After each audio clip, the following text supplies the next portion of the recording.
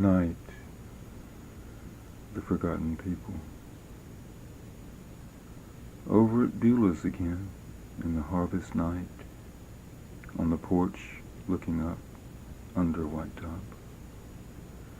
The stars congregated overhead, the mountains cradling them, and the night between them. Old mountains and older night. I ask her to tell me her story of the forgotten people. As usual, she complains a little.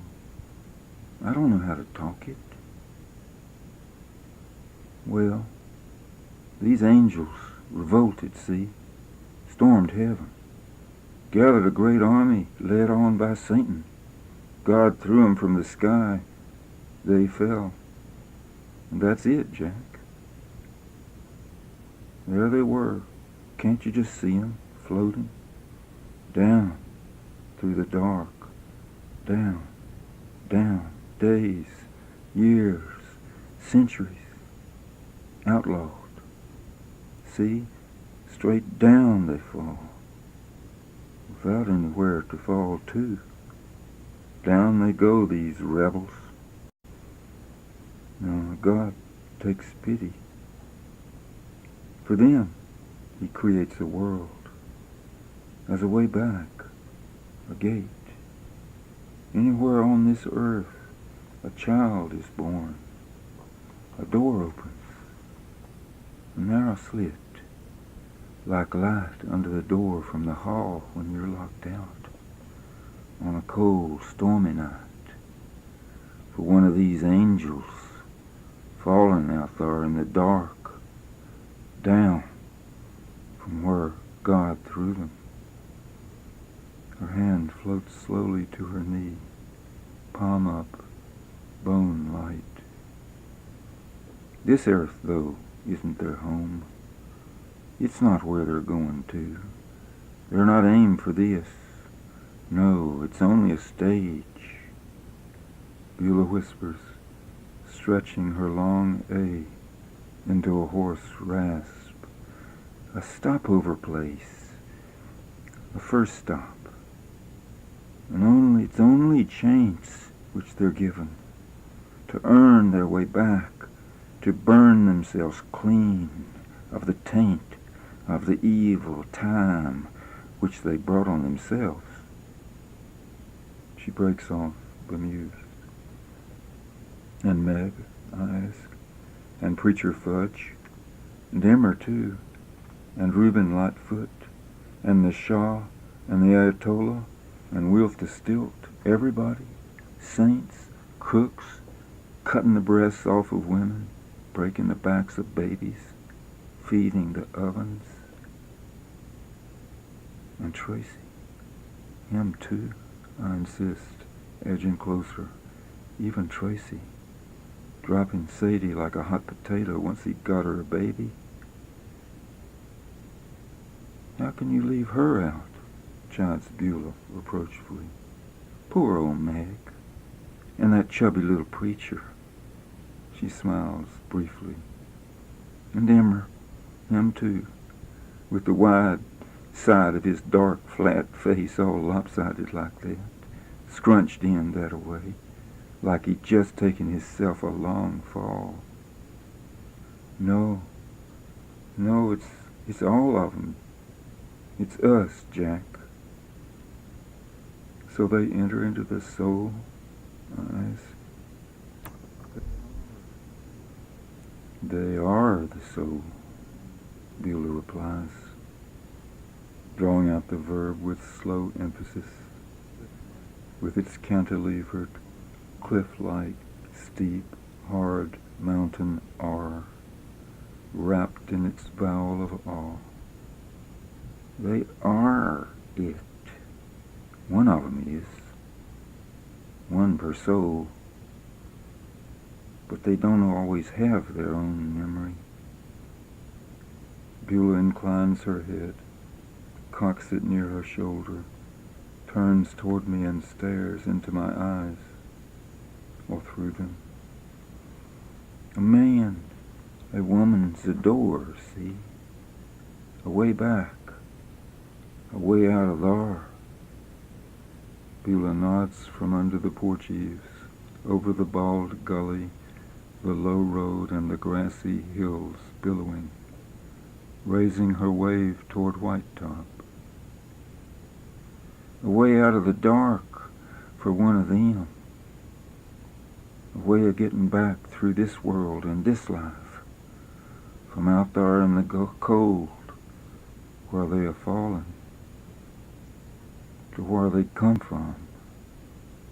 Not for long, though, no, buddy. They're not determined to stay around here forever. Here isn't their home. Home now they wouldn't remember. But they will catch glimpses of where they were when they were there back then before this. Because this is not a happy place here. She gives me a deep look, locks my eyes in it, then cocking her head minutely, tightening the look a notch. No, this is not a happy place, Jack. Her voice trails off with my name and settles into its melody, monotonous, sorrowful. No, it's just a way God's given them to burn themselves clean of the evil, of the sin, and the memory in their past when they decided to enlist. And the long battles and the envy and the pride and the betrayal when they got together against God, pitched in with Satan. The melody of thought echoing, persisting when it is past. She looks away.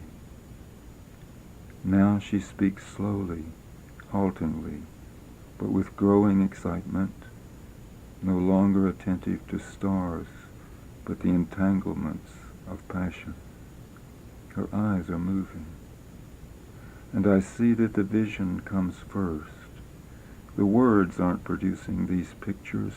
She's watching them pass, or waiting till they appear on her own private screen, over Balaam's apples and Lodi, Chilhowie and Damascus, the coiling and uncoiling of the Holston, in the 20-mile gap of night between her porch and Iron Mountain. But maybe it was spur of the moment, see? And God knows this. Maybe he was hardly thinking. They come into his tent, fresh off the field, moaning bloody. They're his old friends. They wrap their arms around him. He lifts them up in support. They complain of God's wrath. He's got their blood on him. He bathes their wounds. They plucked him by the sleeve. They shook him up. They've shoved him out into the front rank, where the dust is thick, where the fighting rages, before he's had time to think even what side he's on. God's host comes storming down at that very moment, and he raises his arms, the swords and feathers splashing down, the rebel company's pressing up from behind. Down he goes, he's on his knees, he tries to rise, he raises them up. But not to attack, see? To ward off the lances. Oh, what with the dust and suddenness. He's blind, he's deaf with the racket and commotion. He's blank, he's lost out there in the glaring brightness and the smoke, the shouting, the beating wings, the flirting, the bugles and the drums. Of all these armies flying back and forth, fastened together, battling. Of all these friends on both sides, when he'd never hear airy another word but the peace and harmony of their singing together, and the quietness afterwards, the prayers, the poems. He's sucked into the waves, this undertow, with everybody else. But it seems like an even match. They're backing him up, step by step, so he can't look back.